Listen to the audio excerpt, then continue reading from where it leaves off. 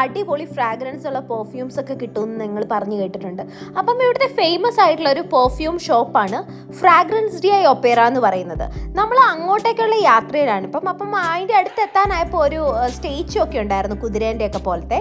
അപ്പം ഞങ്ങൾ അങ്ങനെ ഫ്രാഗ്രൻസ് ഡി ഒപ്പേറയിലെത്തി. ഇവിടെ ധാരാളം പെർഫ്യൂംസ് ഒക്കെ അവൈലബിൾ ആയിരുന്നു.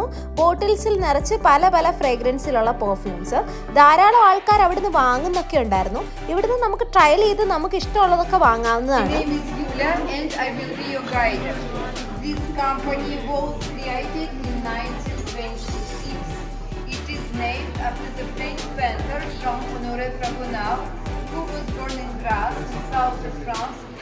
Father was a master glove maker and perfumer at the court of Louis XV of France.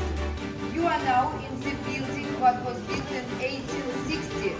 ഇപ്പം നമുക്ക് ഇത്ര ഡീറ്റെയിൽ ആയിട്ട് എക്സ്പ്ലെയിൻ ചെയ്ത് തന്ന ആളായിരുന്നു നമ്മുടെ ഈ കമ്പനിയിലെ ഗൈഡ്. ഇത് വേറൊരു ഷോപ്പ് മാത്രമല്ല, ഇത് ഭയങ്കര പണ്ട് എസ്റ്റാബ്ലിഷ് ചെയ്ത ഒരു കമ്പനി കൂടിയായിരുന്നു.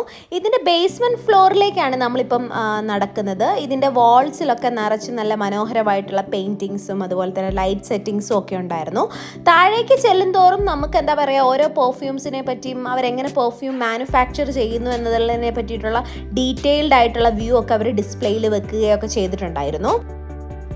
പല രീതിയിൽ പല ഫ്രേഗ്രൻസിലുള്ള പെർഫ്യൂംസ് നമുക്ക് അവൈലബിൾ ആണ്. അത് ഉണ്ടാക്കിയെടുക്കുന്ന മെത്തേഡ് ഭയങ്കര വിചിത്രമാണ്. ഈവൻ ആനിമൽസിൽ നിന്ന് പോലും അവർ പെർഫ്യൂംസ് എക്സ്ട്രാക്ട് ചെയ്ത് എടുക്കാറുണ്ട്. അതിൻ്റെ പിക്ചറൈസേഷനാണ് ഇപ്പോൾ ആ വാളിൽ കണ്ടിട്ടുള്ളത്. കുറച്ച് ഞങ്ങൾ നടന്ന് നീങ്ങിയപ്പോൾ കൂടുതൽ ഡാർക്ക്നെസ് ഉള്ള ഒരു ഏരിയയിലേക്ക് ഞങ്ങൾ കടന്നു. അവിടെ എന്ന് പറഞ്ഞിട്ടുണ്ടെങ്കിൽ കുറേ പെർഫ്യൂം ബോട്ടിൽസ് ഉണ്ടായിരുന്നു. അതുപോലെ തന്നെ ഈ വാളിലൊക്കെ ഈ പെർഫ്യൂംസ് എങ്ങനെ അവർ ഉണ്ടാക്കുന്നു, വലിയ വലിയ കണ്ടെയ്നേഴ്സിൽ പെർഫ്യൂം ഉണ്ടാക്കുന്നതിൻ്റെയൊക്കെ വീഡിയോസൊക്കെ അവർ പ്ലേ ചെയ്യുന്നുണ്ടായിരുന്നു.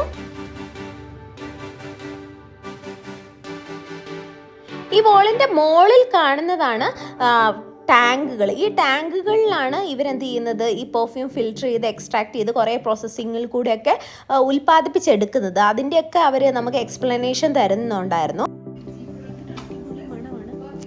ശരിക്കും നമ്മൾ പറഞ്ഞാൽ ഈ ഒറിജിനൽ മുല്ലപ്പൂവില്ലേ, അത് എത്രത്തോളം ഇങ്ങനെ പെർഫ്യൂമിന് കൊണ്ടുവരാൻ പറ്റുമെന്ന് എനിക്ക് മനസ്സിലാവില്ല. ശരിക്കും ആ ഒറിജിനൽ നമ്മുടെ മുല്ലപ്പൂ ജാസ്മിൻ ഫ്ലവറിൻ്റെ അതേ സ്മെല്ല്.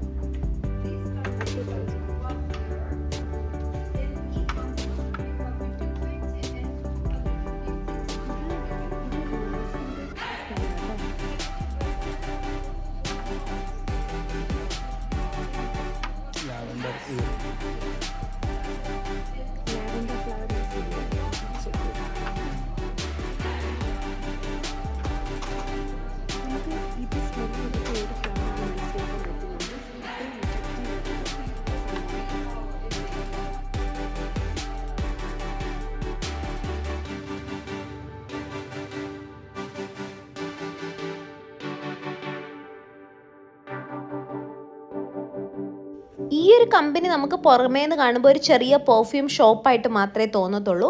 പക്ഷേ ഇതിൻ്റെ ഉള്ളിൽ കയറി കഴിയുമ്പോഴാണ് നമുക്ക് മനസ്സിലാവുന്നത് ഭയങ്കര സ്പേഷ്യസ് ആയിട്ട് കുറേ ഏരിയ പരന്ന് കിടക്കുന്ന ഒരു കമ്പനി തന്നെയാണിത്. ഇത് ശരിക്കും 3 ഫ്ലോറുള്ള ഒരു കമ്പനിയാണ്. ഇതിൻ്റെ ബേസ്മെൻറ്റിലാണ് ഇതിൻ്റെ മാനുഫാക്ചറിങ്ങും അങ്ങനത്തെ എല്ലാം ഉള്ളത്.